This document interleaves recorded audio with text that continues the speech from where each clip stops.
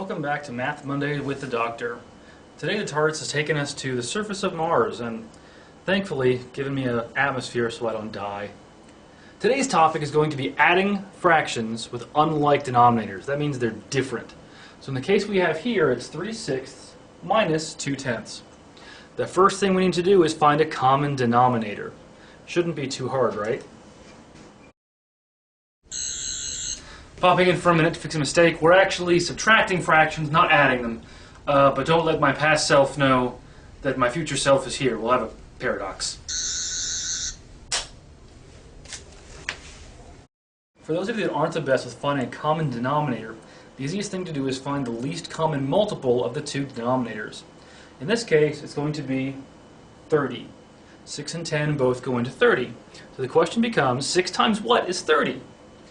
Well, times 5, right? What I do to the bottom, I also have to do to the top. Similarly, I have to look at the 10. 10 times what is 30? That one's way easy. It's 3. So what I have to do is multiply both the top and the bottom by 3. Now I can find the equivalent fractions. We did this not that long ago, so I expect that you're already an expert. Once you've got your equivalent fractions worked out, all you have to do is subtract, and you're done. And as we all know, subtraction is really, really easy. So here we have our new fractions are 15/30 and 6/30. What we have to do is 15 minus 6, which is 9. So what we're going to do is subtract only the numerators and keep our common denominator. Really not too bad.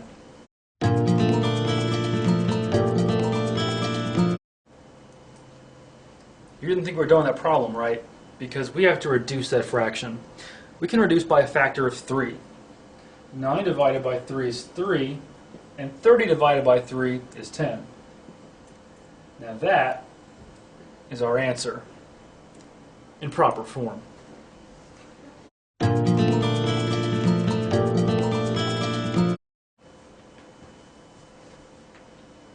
Now, of course, I'm sure that you're asking, what do I do when I have a mixed number?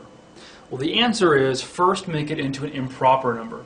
And you already know how to do improper fractions, I'm sure, because you're all brilliant. Some of you call it the popcorn method, the circle method, whatever you want to call it. So this is how it works. We're going to multiply our denominator times our whole number, 4, and then add 4 to 3, which is 7. Good. So this becomes 7/4. That makes life much easier. Now we can bring over our half. And I'll let you think for a second about what I'm supposed to do next.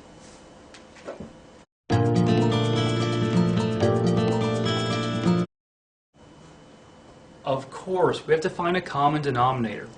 So what's the least common multiple of 4 and 2? That's an obvious one, 4. So to get from 4 to 4, I don't really have to do anything, do I? I can just bring this over. So it's really times 1 over 1, which gives me still 7/4. To make 2 become 4, I multiply by 2. So I do the top, I have to do the bottom, and 2 times 1 is 2, 2 times 2 is 4.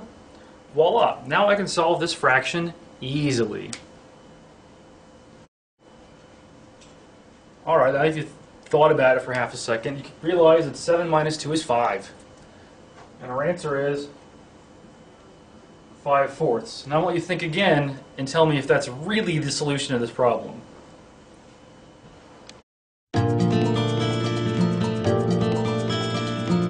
The answer, boys and girls, no. We still have to reduce, or technically make it into a mixed number. To do that, we say, how many times is 4 going to 5? Well, once. And then I take the 4 away from the 5 and I get 1 left, so I get 1 out of 4. That is how you subtract fractions with unlike denominators. It's really not nearly as hard as it seems. Look forward to seeing you again next week. I wonder where the TARDIS will take us next. Hey now.